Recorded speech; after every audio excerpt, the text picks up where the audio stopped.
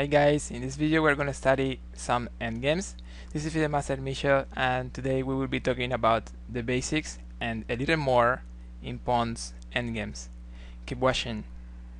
So we will start with positions maybe not so complicated, and of course it will be getting more and more complicated as we continue advancing. The first thing I want to analyze is the rule of the square, and the idea with this rule is that it's going to help you to analyze whether a king is going to capture or not a passed pawn. For example, here we have this position. It is black to move, and the question is what is going to happen? Is this pawn promoting, or is black king getting the pawn before or right in the moment the pawn is promoting? It is black to move. If you want to analyze it by yourself first, it's going to be fine. I will explain it right now.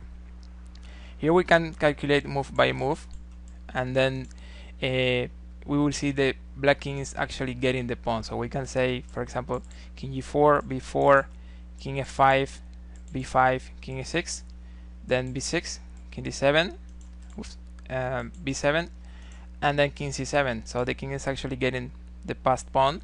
When it promotes, the king takes it. But actually there is a much easier way to analyze this, and it is using this rule of the square I said. So we can draw a square like this using a diagonal from the pawn to the promotion rank, and then we can draw a square using that diagonal. The idea is that if with the move of the king is getting into this square, then we could say for sure the king is going to capture that pawn. So if it's the move of the king is getting into the square, the king is going to capture that pawn. That's the idea of the rule of the square. So let's see another example. This one is going to be a little tricky. In this case, it is black to move, and we have the same question: is black king getting the pawn, or is white promoting and winning the endgame? As I said, black to move. You think a little by yourself. I will explain it right now. Well, if we analyze it as we know, then probably we could think this is going to be a draw. However, because black king is getting into the square. However, we need to keep in mind something very important. When the pawn is in the base, the pawn can advance 2 steps. That changes everything. So here is the rule. When the pawn is in the base, we need to draw the square as if the pawn was in the 3rd rank. So it could be like this. So the square for this pawn is like this, and as we can see with the first move, black king is not getting into the square, which means this pawn is actually going to promote and white is winning this endgame. So let's take a quick look at this. So after king g4, a4, king f5, a5, king e6, a6, king d7, a7, and king somewhere, a8. Another way to understand this position, if you don't want to get confused with the pawn in the base and everything, you can say in the first move I play king g4, my opponent is going to play a4, and now I'm going to draw the square, and it is going to be like this. In this case, well, the king is not getting into the square one more time, and it's easy to see white is winning again. Now we will talk about opposition. This is a very important concept we need to know, and we are going to use very often in Pawns Endgames. The idea with opposition is that one king goes in front of the other with one square in the middle. This concept is actually very important because when the king moves, we are controlling the squares, which means this king cannot advance, but also this king will have to move to a side or back, which means our king will be able to advance and get some space over the board. That's why opposition is important and is very useful in Pawns Endgames. In a position like this, we move the king, we say white is taking opposition. In general, we call this frontal opposition or regular opposition, but there are also other kinds of opposition. For example, over the diagonal, this is a diagonal opposition. One king in front of the other, but one square in the middle. Also, we can talk about distant opposition, and it is when there is more than one square between both kings, but it has to be an odd number. For example, 3 squares between both kings. It can also be 5 squares between both kings. In general, when we talk about diagonal or distant opposition, The main objective is to take a regular opposition. For example, if white takes a diagonal opposition, when the kings get closer, then white has a frontal opposition. And something like that happens with distant opposition. When we take distant opposition, 3 squares, when kings get closer, white can keep regular opposition. Now that we know some theory, let's analyze theoretical positions. This is king and pawn versus king. What's going to happen in this endgame? We say here is white to move. You pause the video if you want, I will explain it right now.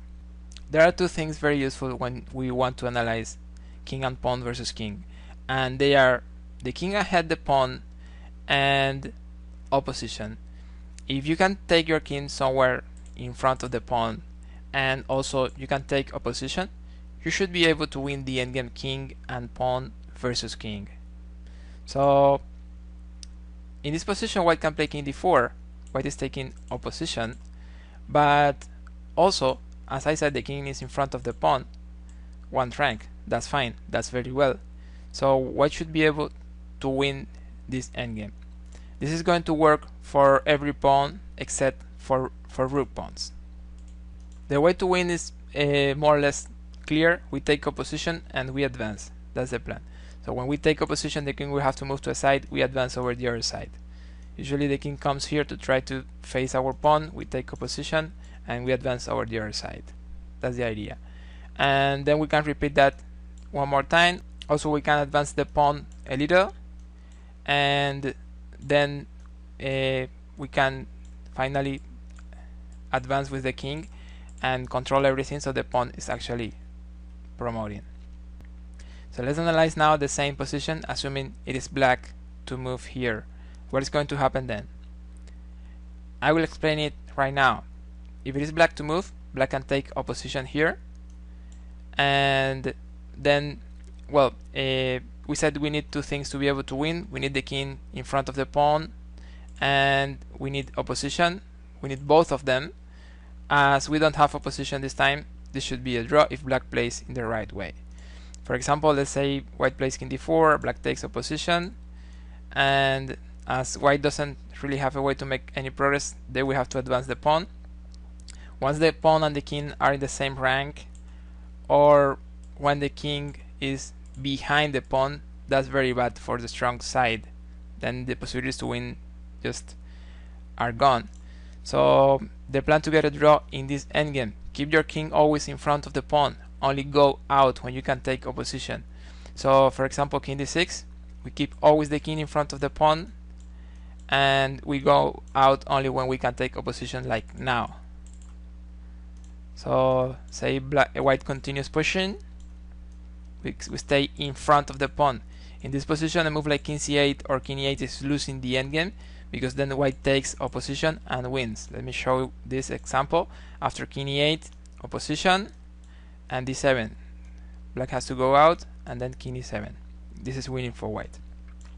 So as I was saying, we keep the king in front of the pawn always, and when white king comes and black can actually take opposition, then we go out and we take opposition. Only in that moment we go out. After d7, king d8, and well, this position is going to be a draw. White king either goes away or stalemates black king with king d6.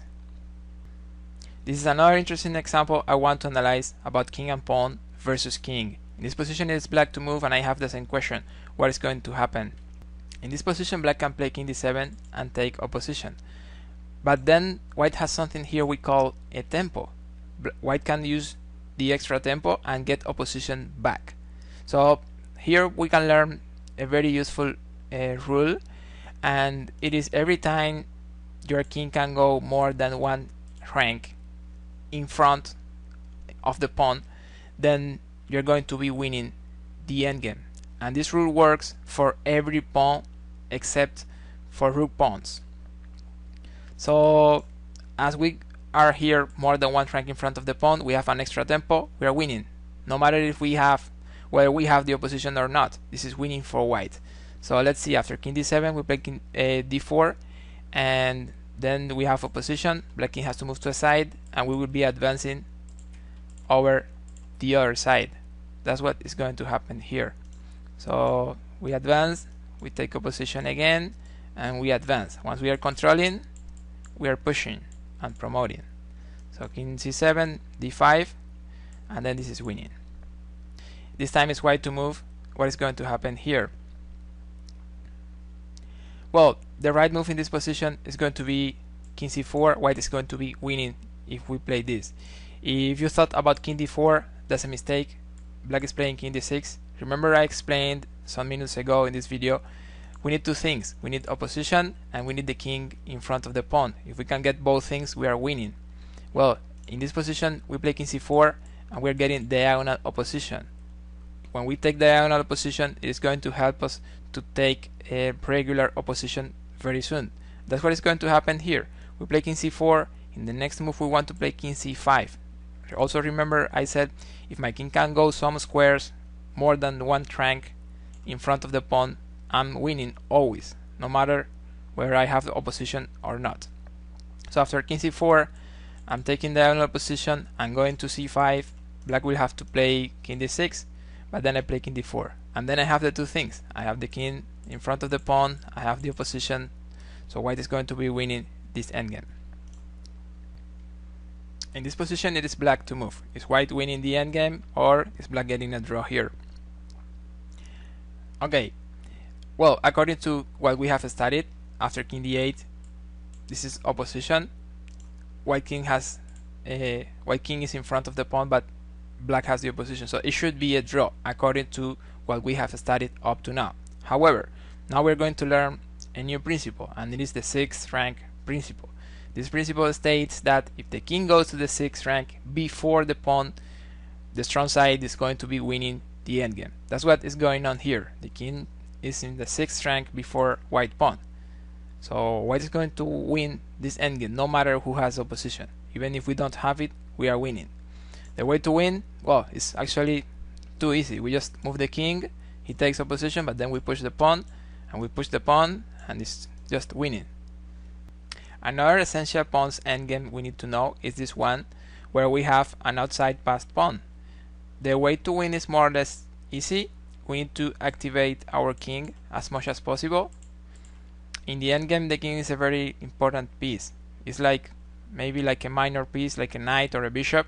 You're going to use the king more or less in the same way.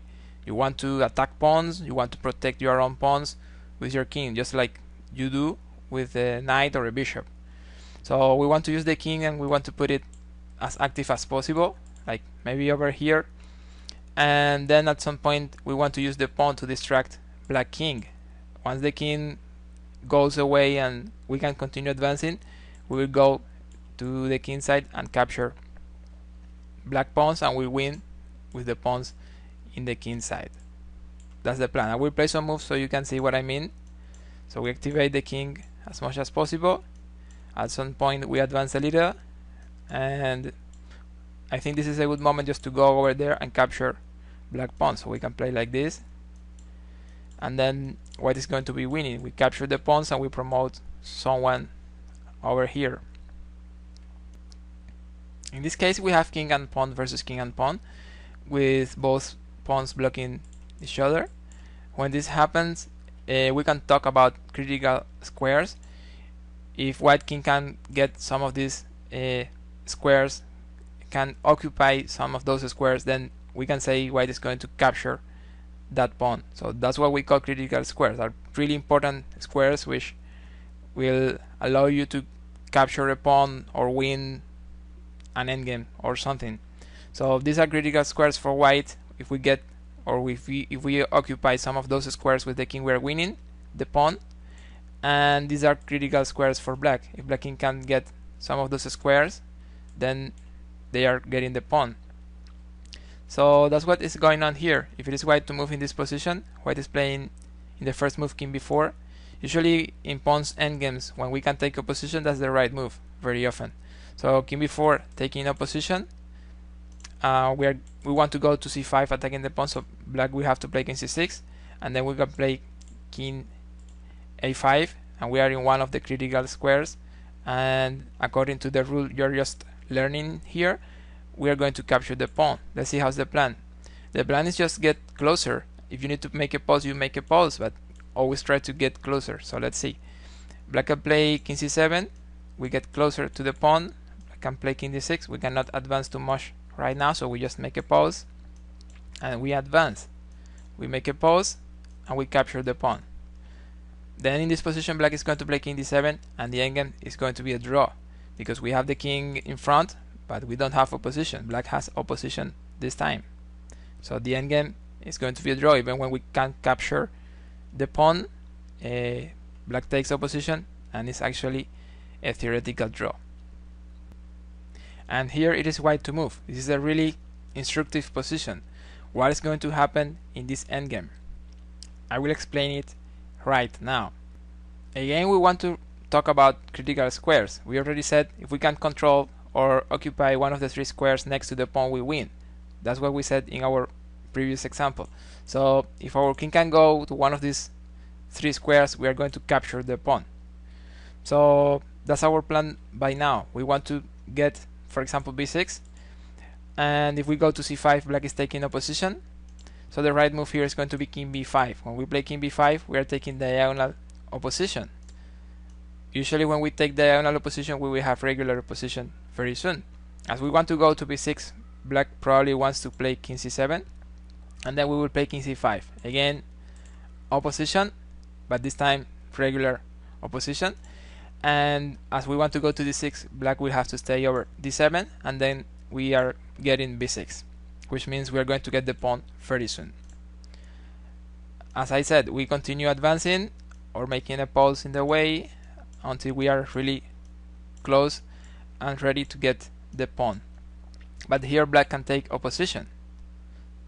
However, there is a rule we studied, and we said if the king goes to the 6th rank before the pawn, we are winning. So actually, even when black takes opposition, we can win this endgame. We just move to a side, and we advance, and then the king will have to go out, and we are promoting the pawn. So that's all we have for today. If I see you like and you write comments in this video, there could be a second part talking about other interesting and useful concepts about pawns endgames like triangulation, or also about distant opposition, because we were talking about distant opposition here, but we didn't analyze any real example about how to use it. So that's it. Thank you so much for watching. Don't forget to subscribe so you get notifications for my next videos. Never stop believing. See you in the next.